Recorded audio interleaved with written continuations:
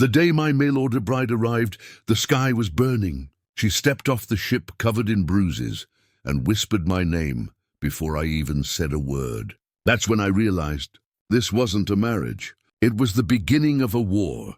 The sky over Varga 9 bled orange and rust, a sunset that never truly ended. The mining colony wasn't a place people came to live. It was where they came to disappear. Ethan Cole knew that better than anyone. His boots were coated in red dust and regret. Both refused to come off. He checked his wrist chronometer again. The transport from the outer rim was late. 37 minutes and counting. He hated waiting, especially for something this personal. 6 months of wages and one bold form submitted to the Interspecies Companionship Bureau. And now he was standing on a landing pad like a fool, with a bouquet of imported synth roses wilting in his hand. Maybe she changed her mind, drawled Drac, his lizard-skinned co-worker lounging against a cargo crate. Or maybe she read your psychological profile and ran for the nearest black hole. Appreciate the optimism, Ethan muttered. He tossed the flowers into a waste bin. They hit the bottom with a metallic clink. Drac's tail flicked lazily. You humans always want connection.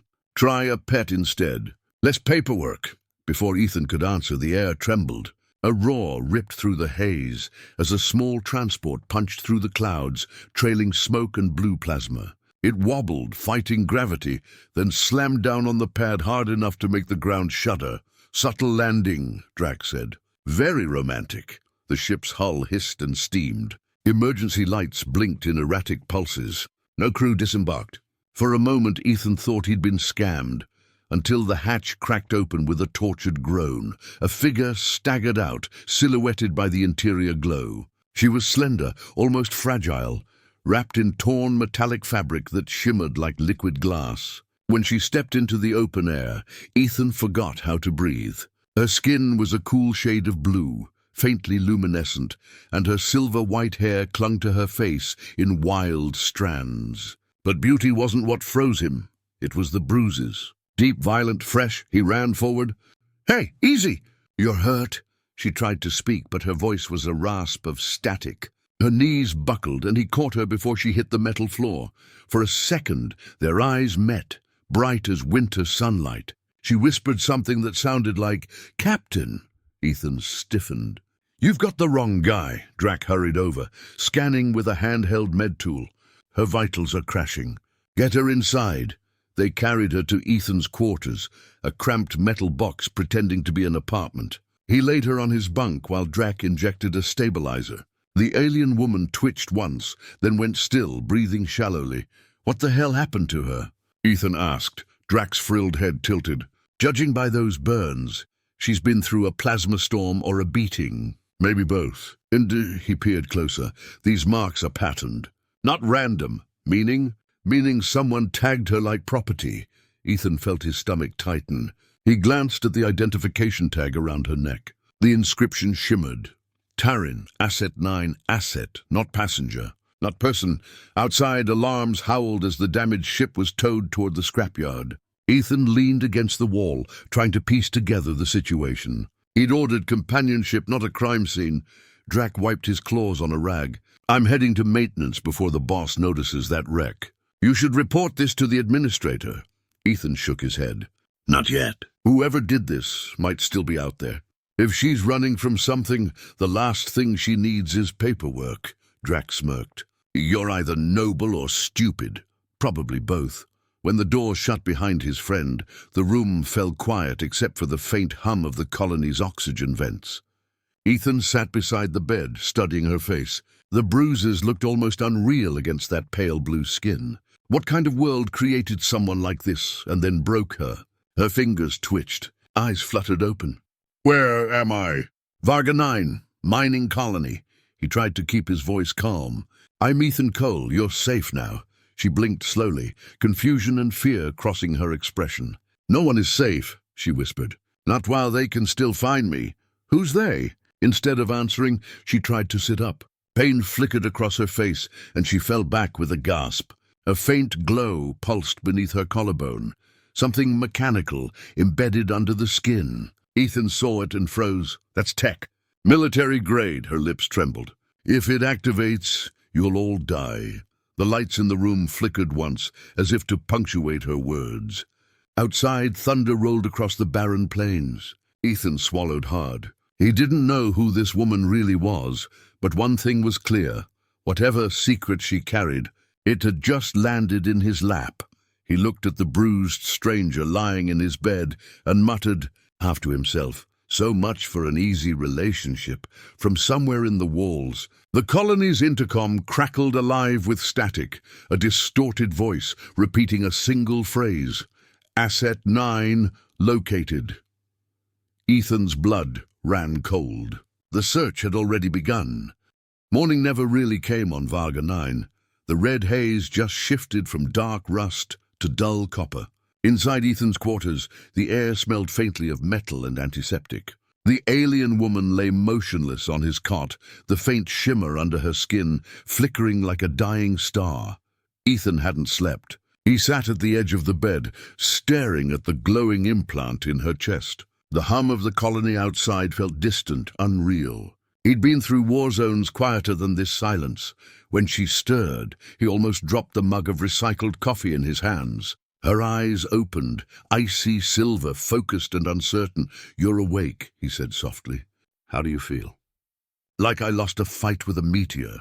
Her voice was low but steady. "You saved me. Let's just say the delivery was rough." "You were barely breathing." She frowned, studying him. "Why help a stranger?" Ethan gave a tired half-smile. "Because I ordered you, remember, and I'm starting to think I should have read the fine print." A ghost of a smile touched her bruised lips, the first flicker of life he'd seen. "I'm Taryn," she said after a pause. "At least that's the name they gave me." "Them," Ethan repeated. "You said last night someone was after you." "Who are they?" Taryn sat up slowly, wincing. "Not someone.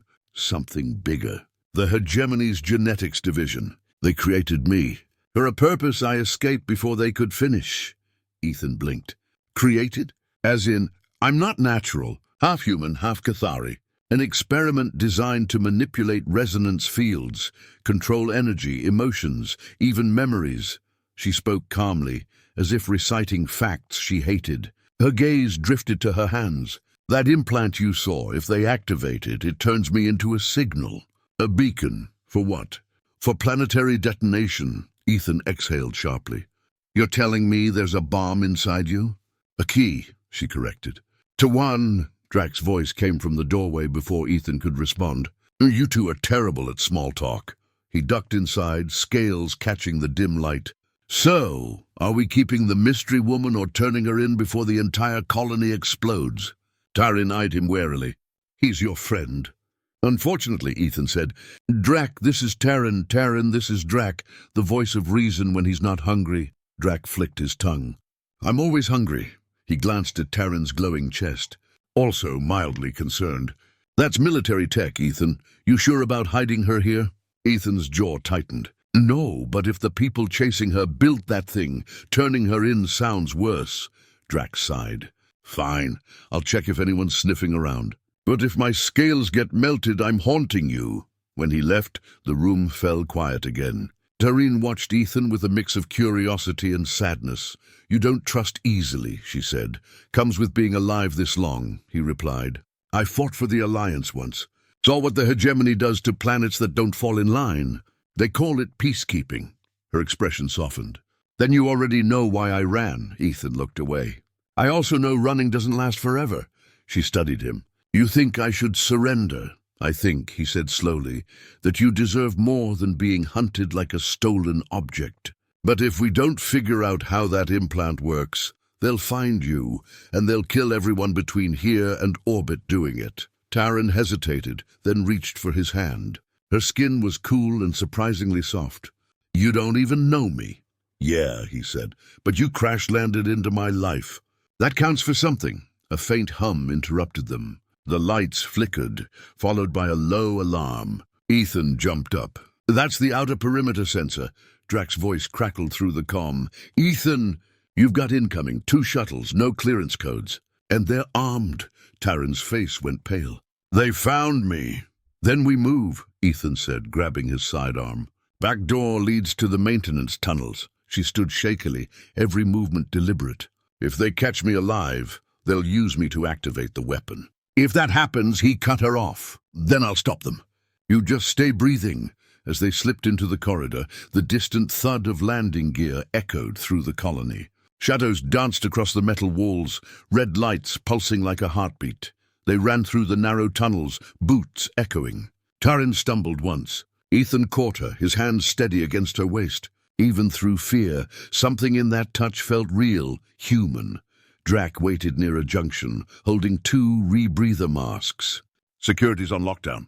You've got 5 minutes before Voss's patrols arrive. Administrator Voss, Ethan asked. He's coordinating this? Drac's eyes flicked nervously. He's talking to off-world channels. Someone big, Taryn tensed. Voss worked with the genetics division. He'll deliver me personally. Not if we get to him first, Ethan said. Drac rolled his eyes. You humans and your heroic plans. Fine. I'll distract the patrols. He disappeared into the smoke with a grin that was half mad, half brave. Ethan turned to Taryn. Can you run? I can try. Good. Because if we live through this, I'm demanding a refund from that agency. A breath of laughter escaped her despite the danger. It was small, fragile, and impossibly human. They moved deeper into the tunnels as gunfire cracked above them, the colony trembling under the weight of approaching war. The faint glow beneath Taryn's skin pulsed faster now, like a second heartbeat, and somewhere in the dust-red sky, another ship began its descent, carrying the past she thought she'd escaped. The maintenance tunnels of Varga 9 were never meant for people, only machines. They smelled of oil and iron, the hum of ancient pumps echoing like a heartbeat through the walls. Ethan ducked beneath a bundle of cables, helping Taryn keep her balance as they moved deeper into the dark. She was breathing hard. The implant in her chest glowed through her torn shirt, pulsing faster the farther they went. He tried not to look at it, but the light kept catching in the corners of his vision like a warning he couldn't shake. Slow down, she whispered. They're scanning for biosigns. If I push the resonance, they'll pick it up. Ethan stopped, pressing her against the tunnel wall as a patrol's flashlight beam swept past the grating above. Boots clanged on metal. A voice shouted something in Taurian, a language made of clicks and growls. Then silence again. Close, Ethan muttered. Too close, she said. They shouldn't know where to look this quickly. He met her gaze. Then someone told them. She didn't answer, but the look in her eyes said she already suspected who. They reached an access ladder that led upward into one of the colony's abandoned research wings. Ethan climbed first, forcing open a corroded hatch. The room above was cold, sterile, coated in dust. Rows of empty stasis pods lined the walls. Taryn froze at the sight. I've seen this place before. You said you escaped from the hegemony labs, Ethan said, scanning the room. This one of them? Yes, but this is newer. They rebuilt. She brushed her hand across a console, activating a flicker of blue light. Data fragments filled the air, genetic schematics, energy signatures, and her own face, projected larger than life on a hollow display. Ethan's stomach dropped. They were tracking you even before the crash. Taryn scrolled through the files, her expression tightening. Project Dawnbreaker, she read aloud. Phase 2, integration. That's not about me. It's about mass replication. They're making more. Ethan ran a hand through his hair. More of you? More of what I am, she said quietly. Bioweapons that look human enough to pass. Until they detonate. The words hung heavy in the cold air. Then this isn't about one fugitive, Ethan said.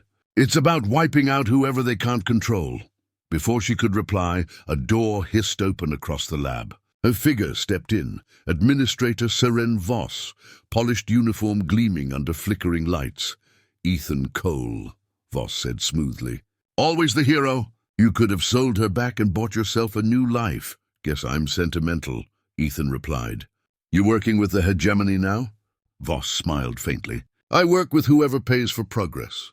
This colony's been dying for years. They offered salvation. All I had to do was hand over one defective prototype. Taryn's jaw clenched. You called me a prototype. You experimented on people. Voss spread his hands. On assets. Don't take it personally. You were designed to be expendable. Ethan raised his sidearm. Funny, so were bureaucrats.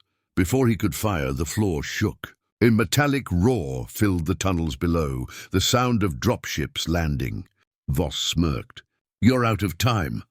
They're here. Taryn grabbed Ethan's wrist. We have to go, now. He fired a warning shot at the control console. Sparks erupted, shredding the data into static. Not leaving this evidence behind, he said. Voss stumbled back, shielding his face. You think that matters? They already have what they need. As the smoke cleared, Taryn's glow flared brighter, uncontrollable, panicked. The implant was reacting to the stress, sending light crawling up her throat. They're activating the failsafe, she gasped. If they can't retrieve me, they'll use me to level the colony. Ethan caught her as she swayed. How do we stop it? Shut down the primary transmitter, she said, pointing toward the ceiling. It's linked through the comm tower, above the control dome. That's 1/2 a mile through open ground, he said. Then we move fast. They slipped into the corridor, alarms wailing behind them. Outside, the colony was chaos. Miners running for cover, lights flashing red through the dust. Dropships hovered overhead, releasing armored soldiers like falling shadows. Drac appeared from a side passage, panting, scales scorched from blaster fire. You two attract more trouble than alcohol in mating season. Good to see you too, Ethan said. We need the tower. Can you clear us a path? Drac's grin revealed sharp teeth. Already started a riot. Miners are hitting back. Guess they don't like being invaded. As they ran, Taryn stumbled again, clutching her chest. Ethan caught her hand. Stay with me. I'm trying, she whispered. It's resonating. The signal's using my heartbeat as an amplifier. Then you can fight it, he said. You're stronger than whatever built you. A faint smile ghosted across her lips. You believe that? I have to, gunfire cracked nearby. Drac pulled them into an equipment hangar where rebels and miners were grabbing makeshift weapons. They're cornering us by the refinery, he said. But the tower's behind it. Ethan glanced at Taryn, then back to his friend. Get them to safety. I'll take her the rest of the way. Drac's eyes narrowed. You'll never make it alone. Then I'll die trying, Ethan said. But I'm not letting them turn her into a bomb. Drac hesitated, then nodded once. Fine. I'll give you a distraction they won't forget. He turned to the rebels. Anyone tired of being treated like property? Follow me! The hangar erupted into shouts as miners charged toward the oncoming troops. Smoke and light filled the air. Ethan pulled Taryn toward the exit, the tower's silhouette barely visible through the storm of dust. Behind them, explosions rumbled. Drac's idea of subtlety. Taryn leaned on Ethan, her breath trembling. Why are you risking everything? She asked. He looked at her, face streaked with grime and determination. Because when I saw you step off that ship, I knew I was done running from the universe. Maybe saving you is how I save myself. For a heartbeat, her hand tightened around his. The glow in her chest steadied, still dangerous but controlled. Together, they stepped into the fire-colored night, heading for the tower and the truth buried inside it. The air outside the hangar burned like a forge. The colony's sky was split open by streaks of descending dropships. Each one left a ribbon of blue fire trailing behind it, like comets falling toward hell. Ethan and Taryn sprinted through the chaos, keeping low between rows of cargo haulers. The refinery ahead glowed orange, its chimneys vomiting smoke into the already poisoned sky. Somewhere beyond that, the comm tower rose, a black spike stabbing upward through the storm. Taryn stumbled once, clutching her chest. Ethan steadied her. The pulse under her skin had become erratic, light flickering through her veins. "Talk to me," he said. "It's sinking," she whispered. "The implant's trying to match frequency with the tower. When it does," he didn't let her finish. "Then we'll make sure it never gets the chance." A nearby explosion threw them both to the ground. The shockwave rattled Ethan's teeth, dust raining down like ash. He rolled over, seeing silhouettes of miners and hegemony soldiers clashing in the haze, laser fire cutting through the red light. Drac's voice crackled over the comm. "Cole, I hope you're not dead, because the miners are following your example and getting themselves killed in creative ways." "I told you to pull them back," Ethan shouted. "I did." They didn't listen. "Congratulations, you've started a revolution." Despite the danger, Ethan almost laughed. "Then keep it going. We need the tower clear." Drax's reply was static, then, "Copy that. And Cole? Try not to explode your girlfriend before this is over." They reached the edge of the refinery. Fire roared through broken pipes. Heat shimmered off the metal walkways. Taryn's eyes were distant, focused inward. "I can feel them," she murmured. "The hegemony soldiers. Their implants are linked. They're searching for my signal." Ethan crouched beside her, scanning the horizon. "Can you jam it?"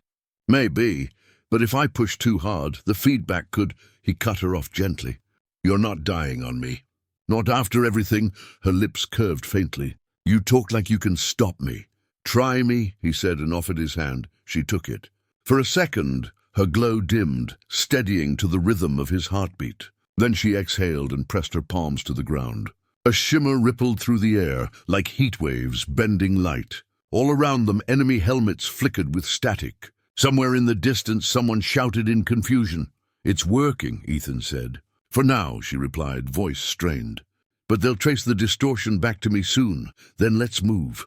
They crossed the refinery under the cover of fire and smoke, emerging near the base of the comm tower. It rose higher than anything on Varga 9, its antennae stabbing through the clouds, pulsing with white light. The access doors, however, were sealed tight and guarded. Ethan counted 3 soldiers, heavily armored. He checked his blaster, half-charged. "Not ideal." Taryn crouched beside him. "You're going to attack them head-on?" "Unless you've got a better idea." "I do," she said, and placed a hand on his chest. "Trust me." Before he could protest, she stood up, her glow brightening until she looked carved from starlight. The soldiers turned, weapons rising. A pulse of invisible force knocked them back like rag dolls, armor sparking. She wavered, breathing hard. Ethan caught her before she fell. "You good?" "Ask me later." They stepped over the fallen guards and forced the door open. Inside, the hum of power vibrated through the floor. The tower's main console sat in the center of the chamber, covered in alien glyphs and wires thick as serpents. Taryn's gaze locked on a pulsing core behind a glass shield. "That's the transmitter's heart.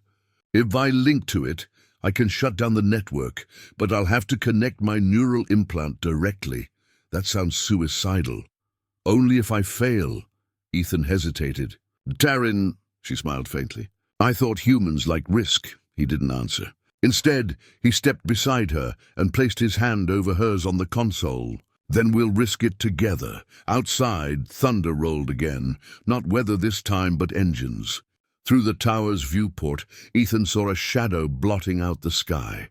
A dreadnought, massive, crimson and bristling with guns. A voice boomed across the comm.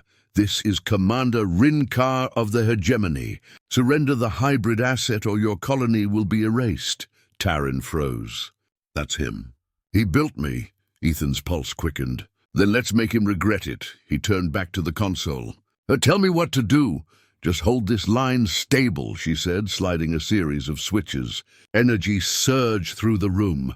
The lights flickered. Wind howled as the tower's antennae crackled blue. Taryn's glow intensified, threads of light weaving through her hair. She screamed as electricity arced between her and the transmitter. Ethan tried to pull her back, but she shook her head violently. "No, if I stop, the whole grid reactivates." "Then don't stop," he said, gripping her shoulders. "I've got you." The dreadnought's first bombardment hit. The impact rattled the entire structure. Metal groaned. Outside, explosions painted the horizon in fire.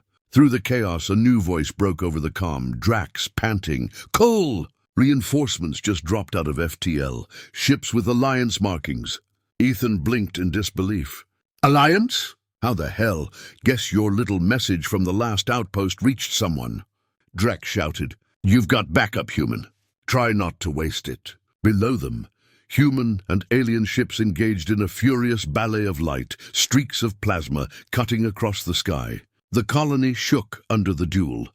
Inside the tower, the core's light began to dim. Taryn's knees buckled, but Ethan held her upright. "Almost there," she whispered. "Just one more sequence." A blinding surge of light filled the room, followed by a deep, resonant hum. The transmitter shut down. Silence followed. Then the dreadnought's targeting systems flickered and went dark. Ethan turned her toward him. Her glow faded back to a faint shimmer. "You did it," he breathed. "No," she said softly, looking out the viewport at the burning sky. "We did." Her knees gave way. He caught her again. Outside, the battle raged on. But for the first time since her arrival, Ethan believed they might survive the night. Silence came slowly, like a shy guest afraid to enter. For hours, the colony had been a storm. Alarms, explosions, the thrum of engines in the sky.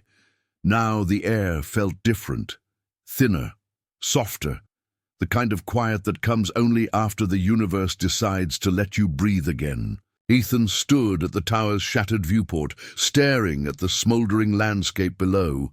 The dreadnought's wreckage lay half buried in the desert, its engines cooling to black glass. Beyond it, the miners, human and alien alike, were emerging from bunkers, blinking into the red dawn. Some were cheering, some were crying. Most just stood still, unsure if they'd truly survived. He turned back to the woman slumped against the console. "Taryn?" Her eyes fluttered open, the silver in them dull but alive. "You're still here," she whispered. "Where else would I go?" he said with a tired smile. She exhaled shakily, pressing a hand to her chest. The implant was silent now, just a small scar glowing faintly under her skin. "It's over," she said, almost to herself. Ethan looked out at the colony again. "Yeah, for now." He didn't say what both of them were thinking, that nothing ends cleanly, not even wars. Hours later, the Alliance med shuttle landed in the courtyard outside the administration dome. Soldiers moved with calm precision, treating the wounded, collecting the dead. Commander Rinkar had been captured alive, his armor scorched, his arrogance gone. The man who once spoke like a god now sat in cuffs, silent and small. Drac limped over to Ethan, one arm bandaged, scales smeared with soot. "You look terrible," he said. "Which means you're probably still alive." Ethan laughed for the first time in what felt like years. "You too. I thought you'd gone down with the refinery." Drac snorted. "Please, I'm too stubborn to die in someone else's explosion." He nodded toward Taryn, who sat wrapped in a blanket on the steps, staring at the rising sun. "How's she doing?" "Alive," Ethan said quietly. "But I don't think she knows what that means yet." Drac grinned faintly. "Give her time.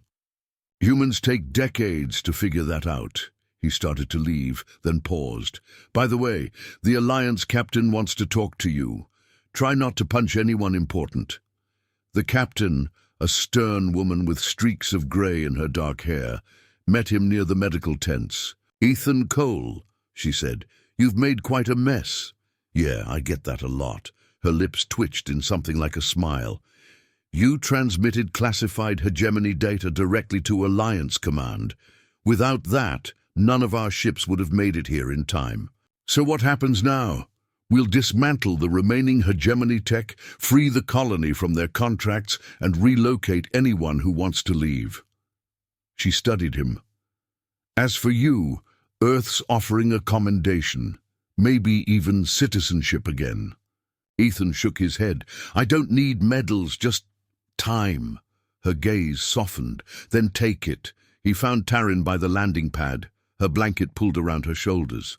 The wind tugged at her silver hair, the bruises fading to faint shadows. When she saw him, she smiled. A small, uncertain thing, but real. "You came back," she said. "I keep doing that," he replied, sitting beside her. "Guess I don't learn." They sat quietly for a moment, watching the medships rise into the dawn. "What will you do now?" he asked. "I don't know." She traced a finger through the dust at her feet. "I was made to destroy. But now that I'm free, I don't even know who I am." He thought for a moment. Maybe that's what being human is. Not knowing and doing it anyway. That earned him a laugh. "That sounds reckless." "It usually is." She turned to him, her expression softening. "You risked everything for me. Why?" Ethan looked at her, really looked, and for once didn't have to think about the answer. "Because when I saw you step off that ship, I realized I wasn't done fighting yet. Not for the galaxy, for something smaller." Her voice dropped. "For me? For the chance that two people who don't belong anywhere might belong to each other." Taran's eyes shimmered, tears catching the early light. "You say the most dangerous things, Ethan Cole." "I'm a miner," he said with a grin. "I dig too deep." She laughed, and for the first time, it sounded like hope. Weeks passed. The colony began to rebuild. The miners erected a memorial for those who'd fallen, a simple column of stone etched with names from a dozen species. Drac complained about the food rations, argued with Alliance engineers, and somehow ended up the unofficial mayor. Taran worked with the scientists to dismantle hegemony code still buried in the network. Every night she returned to Ethan's quarters, no longer a hiding place, but a home. They didn't talk about the future much. It was enough to have a present worth keeping. One night, as they watched the twin suns dip below the horizon, Taran leaned against him. "Do you ever think about Earth?" she asked. "Sometimes. I miss the rain, the smell of real trees. But I think I'd miss this more." She smiled against his shoulder. "This ugly little colony? This ugly little miracle," he corrected. The stars brightened above them. Somewhere out there, entire empires were still plotting, still scheming. But for now, the universe was quiet.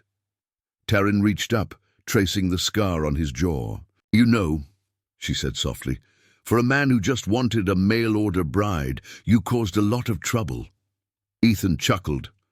"Yeah, well, turns out I got more than I ordered." She tilted her head.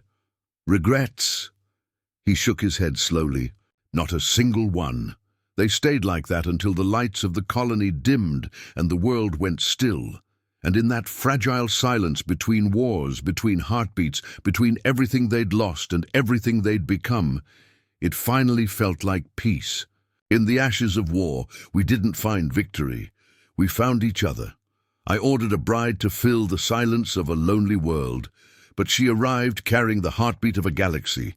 We fought, we bled, we broke, and somehow we survived. Maybe love isn't something you search for in the stars. Maybe it's what keeps you human when the stars fall apart."